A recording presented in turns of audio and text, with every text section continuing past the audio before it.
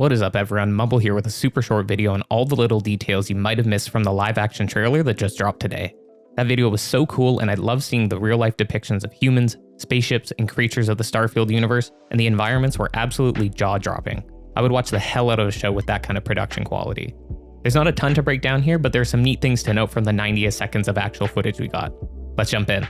Our opening shot is a great look at New Atlantis, the capital city of the United Colonies on the planet Jemison, depicted in real life. We can tell it's New Atlantis by the pointed tower in the middle of the shot, as we've seen this many times in past gameplay footage. It's also neat to see what looks like a flock of small white birds flying across the same scene. I wonder if these are birds that are native to the planet, or ones that humans may have brought along with them from Earth. Next is a shot of the main character of the trailer, and I think it's possible that this could even be a depiction of what could be our character when we're playing the game. They're a member of Constellation, Bosco accompanies them on their travels, and it looks like they're investigating some anomalies later on in the footage. It could of course just be an equally adventurous Constellation member, but I'm on the boat that this is us.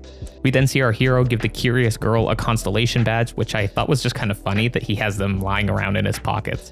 I think the child having bright blue eyes is a great nod to the inevitable mixing of our gene pools over the next 300 years, as even now we see barriers between different races and ethnicities drop as more people immigrate and the percentage of mixed children increases.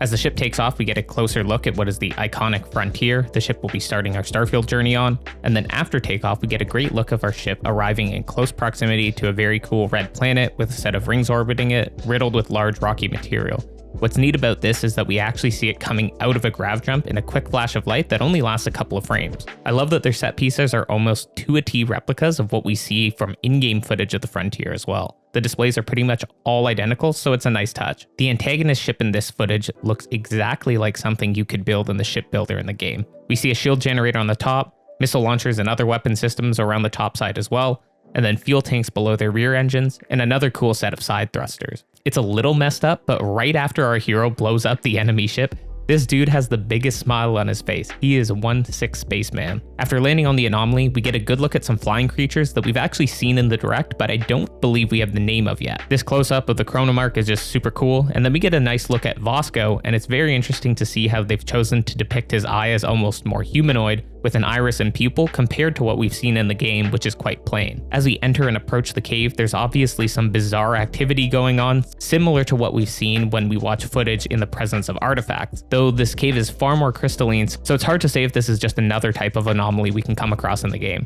I'm hoping we can encounter sets as interesting as this ourselves though. As our character approaches closer, there's a flashing alert on their chronomark, and then something inexplicable happens to them. Otherwise, there's not much more to discuss here other than that everything looked awesome in this video. That's it, hope you enjoyed, hit some buttons if you liked the video, and check out entry 0.4 of the Starfield Handbook if you need something to tide you over until launch. See you in the next one, peace.